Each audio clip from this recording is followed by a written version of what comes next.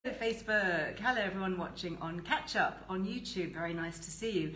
Just saying to our friends here on Instagram, real treat today. If you are a chocolate lover, yeah, hands up here, then you are going to be in for something very special because we're talking about a sugar-free chocolate brand with a difference.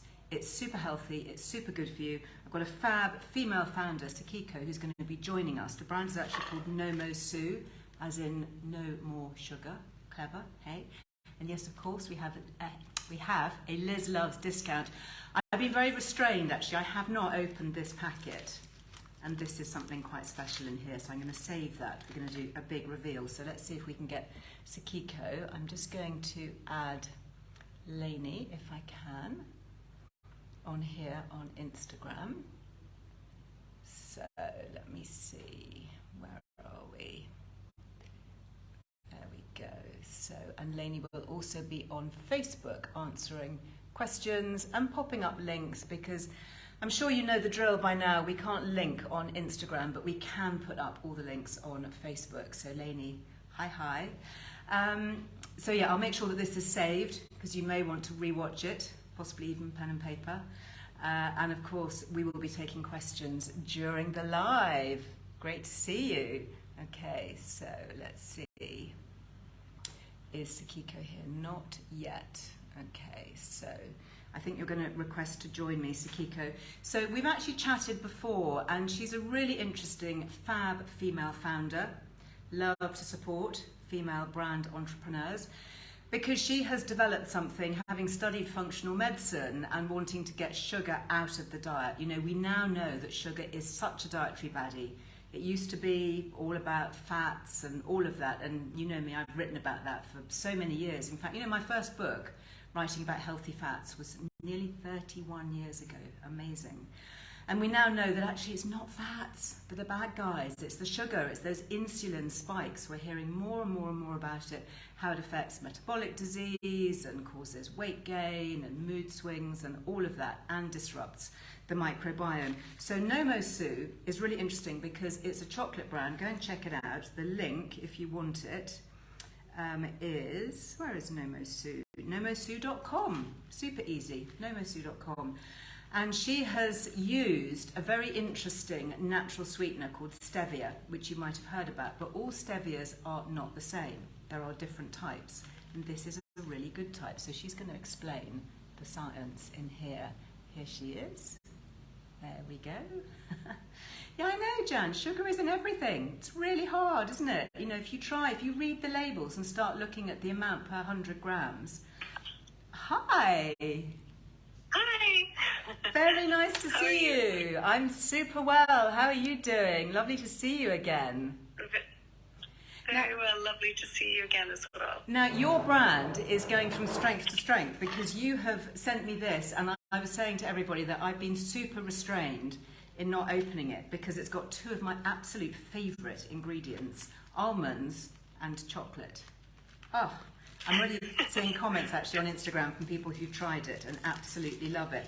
But let's talk a little bit about your background, because you didn't just decide to create a chocolate brand out of nothing, did you? You've got proper training here in functional medicine. Yes. Well, I didn't start anything really. I just wanted to eat sugar-free chocolate, and I couldn't find any that was honestly sugar-free. And it was either artificially sweetened or no added sugar, but full of sucrose in other forms, like maple syrup, honey, agave syrup, dates, etc. So sugar content exactly the same as regular chocolate. So I got a bit frustrated, but then I thought, oh, maybe it's just not possible. So that's when I started doing research at the British Library after my day job, when I was working in investments, actually. And then I discovered there are a few ingredients that are natural, that actually are health enhancing and taste sweet, but are not sucrose or fructose. They're not sugar, they're not a carbohydrate. Okay. So that's when I got really interested, started doing research, and then it all accumulated into some initial products, which people around me started buying from me because they also had the same problem, that they couldn't find honestly sugar-free treats. So that's kind of how it's started. Yeah. That's your journey, and you are just growing and growing, which is lovely to see and great to support you. And thank you very much for our Liz Loves discount, by the way, our 10% discount. Love it, use it, highly recommended. Let's talk about stevia, because that's the sweetener that you use, but you use a different form. What are the different types of stevia, and why do we need to know about this? Yeah, so actually, it's mostly from a taste perspective that the difference matters. From a health perspective, stevia is a plant. The leaves are very, very sweet.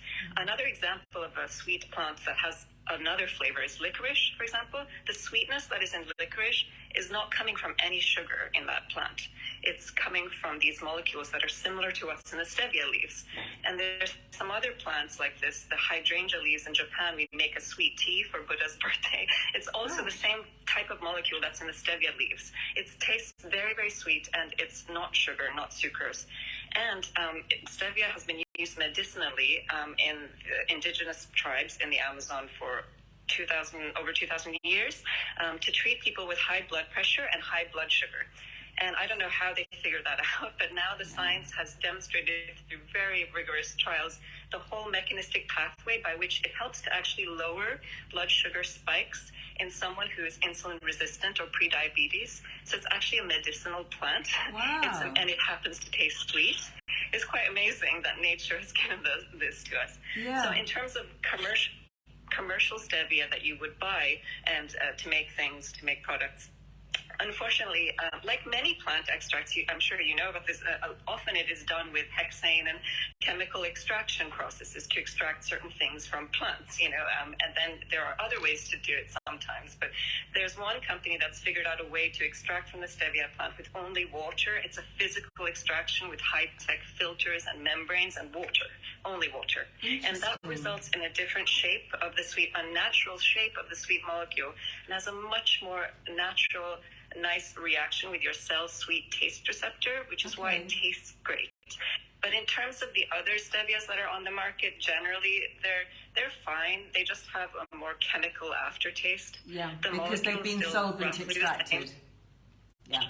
Yeah, I wouldn't say they're harmful at all, really. It's just there are some, you can get dodgy things, as with everything from certain places that might be adulterated. That's another story. But stevia itself, regardless of its extraction method, health-wise is okay. It's just the taste is better when it's water purified, which is the one we use. So talk about the sugar content, because I've got a bar of your chocolate here. Okay, this is the new one, isn't it? The almond butter chocolate. Why is this different? It says it's got like 1 gram of sugar, which is just extraordinary. I mean, that's virtually nothing. So pretty much all plants have trace amounts of glucose or sucrose or glucose or fructose. So, for example, almonds do have trace amounts of sugars in them. So that's why that's where like the 1 gram is coming from. It's from the almonds. From the almonds. And so. Yeah. Wow. Yeah, so all of our bars all the dark bars are sugar-free, and in the EU that means less than 0.5 grams per 100 grams, so 0.5%. And some of the other bars, like the milk bar, the almond bar, have less than 5 grams, so less than 5% naturally occurring sugars found in the plants. So, for example, for our milk chocolate, we tried making like a very high protein milk chocolate that had no lactose left in it, to try and get it to the sugar-free status. But it didn't taste amazing. And like, why are you going to, use this really processed powder of milk that has extracted all the lactose? You end up with a Frankenstein product. Yeah. So we took the decision to have everything at least 5 grams per 100 grams sugar maximum naturally occurring or sugar-free. Yeah. Brilliant. Now, let's talk. Sorry, I'm scoffing this. This is so good. And I don't normally like milk chocolate, but you've got a high percentage of cocoa solids. You've got like 46% cocoa in here, even though it's a milk chocolate. Exactly. Yeah, it's a dark milk. Dark milk. So It doesn't I normally taste don't dark. like milk chocolate, but I like ours. Oh, exactly. No, my youngest, wouldn't go near a bar of dark chocolate. I try and tempt him, but he would definitely. He's not going to use his hands on this, but if he had the chance, he would definitely be liking this.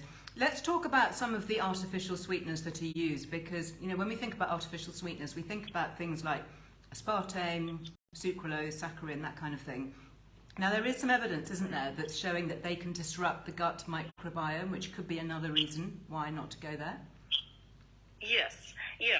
So they're all negative for health undermining, and for each of them for different reasons. And we have like a very in-depth section on our website that's the science section on artificial sweeteners. And I was open-minded when I started. I didn't think just because it's man-made doesn't mean it must be terrible. But I went through all the research on each one and just started crossing them out for various reasons, as well as the taste. I didn't think was great, but really for health reasons, I decided, no, don't want to eat those. And in terms of the microbiome, as you know, and we all know, the gut microbiome is essential to immune health, to gut health, to skin health, even everything is so important. But the research is still, relatively early days. We don't have like this idea that this particular combination of gut bacteria is perfect for all human beings. Like that isn't even the case. Yeah. It depends on the environment, what kind of food you're eating, and so on. One thing I would like to warn the audience is there are sometimes a lot of headlines or journalists jumping on papers and some of the papers I've been so disappointing with from a scientific perspective. They say this affects the gut microbiome, but everything you eat, drink, your emotions, everything affects the gut microbiome. Of course it does.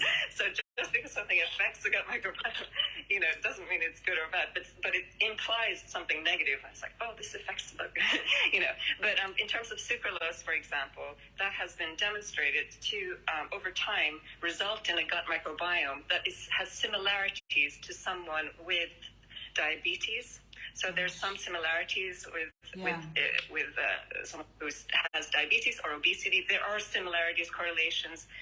They still don't understand, is it cause or effect and so on. But having sucralose over time has shown a gut microbiome development that is probably not good. More pathogenic bacteria and so on. Yeah. So yes, but each one, some of them have really nervous system impacts. Really quite terrible things. I think they should be banned, some of them.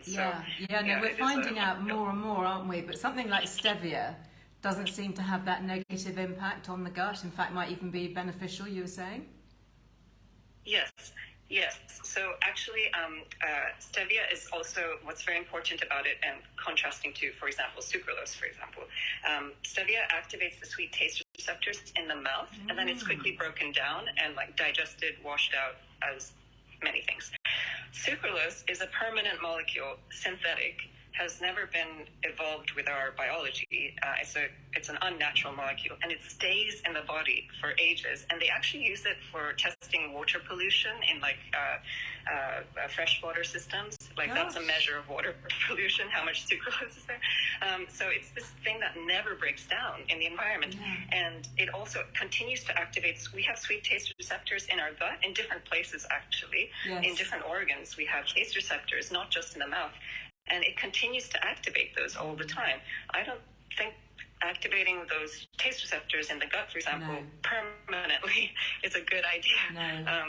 So we don't know all the implications of that, but it's very interesting. I was doing some research literally night before last on artificial sweeteners, and I was doing a deep dive down into PubMed, and I was looking at some of the studies.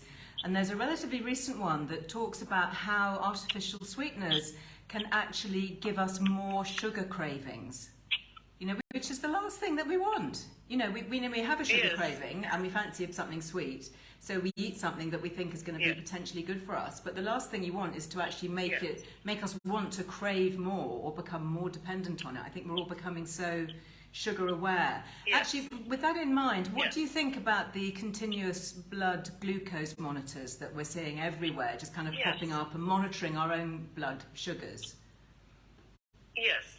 So just a quick summary. So the sugar that they monitor in our blood is glucose, which fluctuates a bit. There are amounts of fructose in our blood. I can go on another tangent with that, but just to quickly mention that people thought the amount of fructose circulating in our blood is so tiny, it doesn't matter.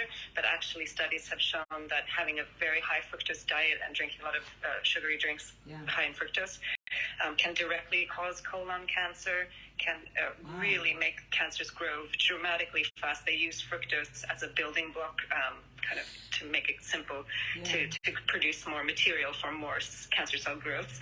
So fructose is also relevant, but continuous glucose monitors, they monitor glucose, which is important. And so, for example, when you're thinking about your blood glucose, it should stay in a very tight range. And our body is really an amazing processor of blood glucose that we eat and so on, to keep our blood glucose in a very tight range. It's very important that it's in a tight range. Yes. And so what we want to avoid is the frequency of spikes. So you don't want to have a carbohydrate snack every hour. That will be a bunch of spikes every hour throughout your day. That's not good. Yeah. And then you also don't want extreme spikes. So you want to reduce the extremity and the frequency of blood glucose spikes. So blood glucose monitors are great at revealing that to you, and it's very fascinating that different people, probably due to their different gut microbiome composition and maybe genetics, really respond differently to, like, 2 bowls of white rice. One person, it would really spike, one person maybe quite a lot less. But the important thing to note also is that in my opinion, after all the research I've done, I also have an MSc in personalized nutrition, functional medicine, did my dissertation on fructose and atherosclerosis, cardiovascular disease. The important thing to note about sugar, for me, the worst part about sugar is the fructose part. So sugar is fructose and glucose stuck together. And for me, it's the fructose I am always trying to avoid as much as possible. Because the fructose is the part that tastes sweet, and acutely, it doesn't spike your blood sugar. So it's a bit misleading. You could have something with high fructose and your continuous glucose monitor will be like, okay, it's fine. But over time, having a lot of fructose in your diet creates insulin resistance, which is the cause of diabetes. So over time, it's much more, because it really feeds this kind of fat accumulation around the pancreas and the liver. And when form is function, so when the forms of those organs are disrupted by that fat accumulation around them, that's when you get problems with secreting insulin and diabetes in the end, basically. That's so interesting. So, be aware, blood glucose monitors, useful little tool, but not the end, not the be all and end all, because they're not registering the fructose in the blood. Exactly, yeah. And fructose is the one. I can see a question on Instagram here about eating fruit. And, a lot of fruits are very high in fructose. So I always say go for the lower sugar fruits, or lower fructose fruits, to be specific, like berries, for example. Which my daughter Bella is a massive berry fan. I'm thrilled that she loves berries. Go for those rather than the tropical fruits grown in extreme sunshine, like the mangoes and the pineapples, which are so sweet. And even grapes, actually, very high in natural sugars, aren't they? That's right. And it's really a trade-off. And you can think about it as fiber and sweetness. So, for example, a green banana is it's quite a hard texture and it's not very sweet. But a brown banana has formed fructose as it's ripening. So a brown banana tastes very sweet. It's very soft. You're going to get more fructose absorption through that. But if you have a green apple, it's hardly, you can taste that it doesn't have much fructose. It's a lot of fiber and water. It's really going to be a health benefit to have that, for example. So there is this, and like you said, grapes are very sweet but low fiber, so not a great option. That's such a great takeaway, isn't it? I know when buying apples, I always try and buy British apples, but I know that the apple breeders have been breeding them to get a sweeter taste, so they contain more of the natural sugars than the old-fashioned varieties. So, I think the message here is probably to go for the tartness rather than the super sweet. And just think, it's an apple, it's fine, it's the same. Not all apples are the same. Like with everything, you've really got to kind of forensically drill down, haven't you, into all of that? Yes.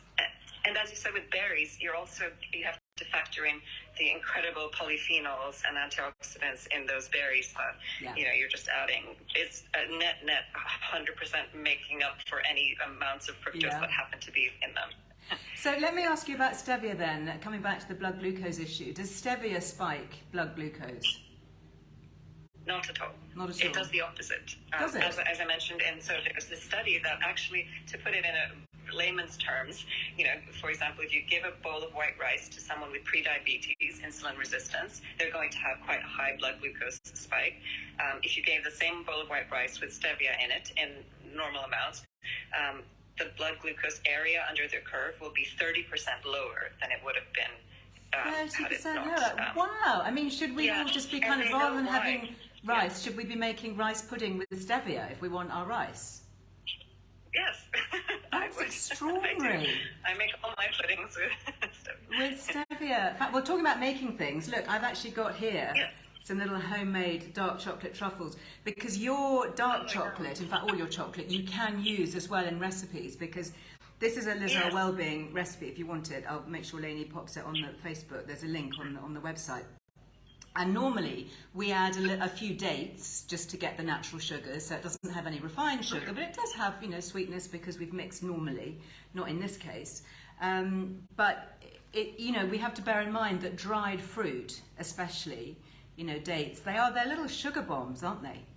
You can say, oh, I haven't got, it's not like the bowl of the white stuff. It's not real sugar, but actually it's still spiking in the same way.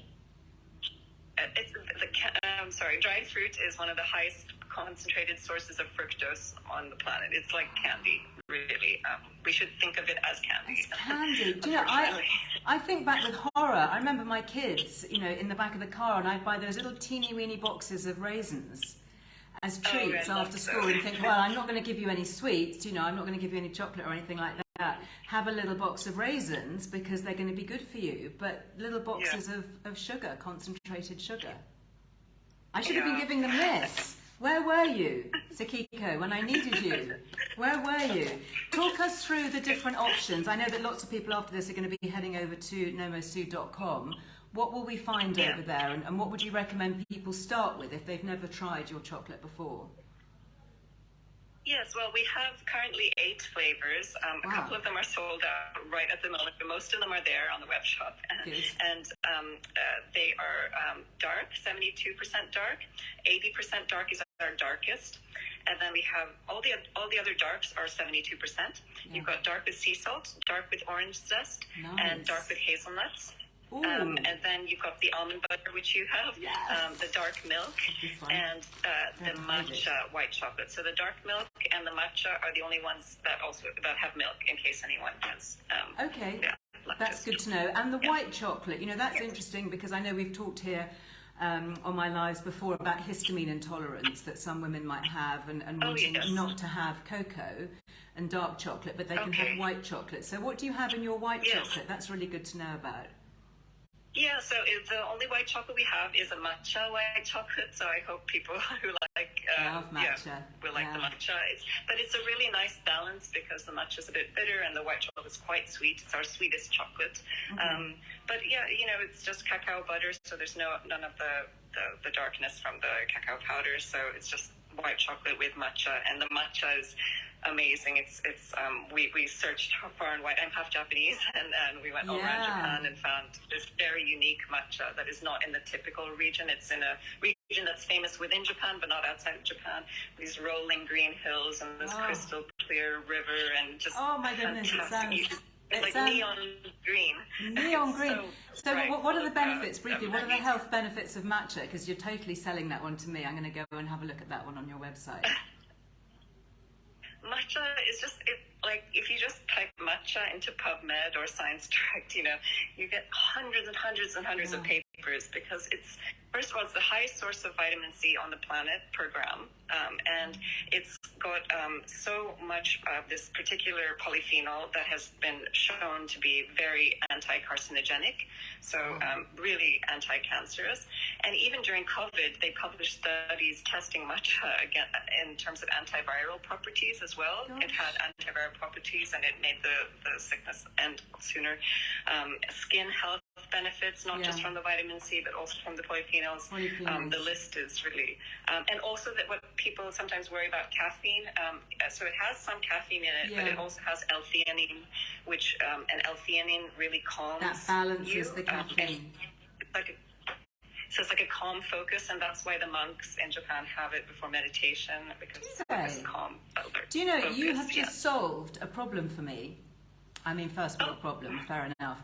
But I love my chocolate, and I always have to restrain myself in the evening for reaching for my lovely normal dark chocolate because of the caffeine, and I'm just thinking I'm going to have a few squares of that and actually it's going to disrupt my sleep.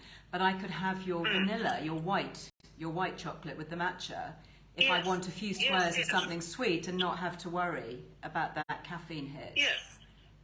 Yes, I would say it depends on how sensitive you are. That's Sure. I don't know if you've done genetic testing, but it's fascinating that the caffeine detoxification pathway, you can check there, you know, how good you are at processing it. But yeah, for sure. And also, chocolate has a lot less caffeine than coffee. People think it's like equivalent, but it's really not. It's not. So Kiko, it's so great to talk to you. And of course, you mentioned that magic word just before we go, polyphenols. And polyphenols are like chocolate is the richest source of plant-based polyphenols on the planet. I remember interviewing Professor Tim Spector about it. So this is a positively gut-friendly health food, yeah? Have we got this officially? Yes. Good. We're allowed to eat it as long as it's not wrapped up with all the sugars and the artificial sweeteners and all the rest of it. So Kiko, I could talk to you forever. Thank you so much. We've learned so much in this brief chat, and I'm definitely going to be scouring your website. I know there's lots more good information on there, and I wish you massive success with your brand. And I have to say, it's all plastic free as well, isn't it? Your packaging is all just it's cellulose, cellulose, biodegradable, compostable, all of that. And you are a fab female founder. So from one to another. You are too. Well, thank you. Thank you. Bless your It means heart. a lot. And thank you. Thanks for being with us today. Thanks for your generosity. Bye now. You're going to have to click the little square, because if I do, I click everybody. Wasn't that fascinating? I learnt a lot. I'm going to have to go and rewatch it, I think, with my pen and paper. Really, really interesting. I love all these lives because there's just so many extra takeaways we get. Okay, so the main theme is let's put some nice stevia in chocolate and have a sugar-free chocolate brand, but actually the conversation is so much wider and broader than that. And I think, we need these female founders. Well, we need founders in general, but it's lovely, isn't it, to support the sisterhood. And she supported us. Liz Loves, 10% off everything at nomosu.com. So before I go, quick recap. This is flying out of the door. This is the Bimuno Immunity. If you missed my last live, we love Bimuno. Again, all about gut health. Something you can add into the diet, a bit like sugar-free chocolate. Love all my add-ins. Not very good at giving things up, but I love my add-ins. So I haven't actually had mine today, so I thought I'd wait and do it live. A little paper sachet here. And then inside, so you've got those galacto-oligosaccharides, if I've said that right, which is like the fertilizer for your gut microbes. Your gut microbes love this, so they will thrive on it. But the reason that they say it's immune, or immunity, is they've also combined it with 3 really important nutrients for our immune system to better support it. We've got vitamin C, zinc, and D3. Okay, vitamin D3, really important, especially when there's not much sun around. Vitamin C and zinc. And doesn't really taste of anything, which is great. So you can add it to water, you can add it to any drinks, you can add it to tea, you can add it to coffee. It's pretty heat stable as well, so obviously you don't want to add it directly to really super boiling hot drinks, but yeah, absolutely great. And even better, they've given us, wait till you hear this, we've got 10% off, obviously with Liz Loves, but if you do their subscription service, I think it works out to up to 43% off, so that's almost half price. So if you know you love your Bimuno, and I know a lot of you do, you're using it to support gut health, IBS, all of that, this is a really good time to stock up, because I don't know how long that discount will last. I don't know how long we can persuade the people at Bimuno to give it to us, but if you want to stock up, then if you can get it for nearly half price, then that has to be a good deal. The other thing before I go is if you are low in energy, need a little bit of chocolate as a pick-me-up, there are some other options as well. You might have seen on my own Instagram, Liz Earle Me, I was talking about this first thing in the morning. It's a great brand called Karmasis. Tim Samuels, who's the founder, is a good friend of mine. And this is his energy formulation. And it is really good as a pick-me-up. It's got magnesium, it's got green tea extract, it's got acerola cherry and gotu cola and grapeseed extract. Really good things. 2 capsules in the morning. This is their energy formulation. And he's worked with leading professors at Stanford and Harvard universities in America who are actually on his directorial board. Really interesting. Calm Assist, love the name, with a K. And go and check that out, because he's got, I think there are 4. So there's energy, there's things for mood, there's things for sleep. Really good, high potency, proper, very well qualified, well backed with science, evidence-based. And thank you, Tim. We have 20% off if you want to try any of those single products. That's it for today. If you want something to listen to, oh my goodness, my last podcast with Professor Avram Blooming. Who listened? Who listened to that? It's kind of going viral. Every woman I meet is saying to me, literally, oh my goodness, Liz, I love your podcast, but that last one with Professor Blooming, I've shared it with all my girlfriends. It is staggering.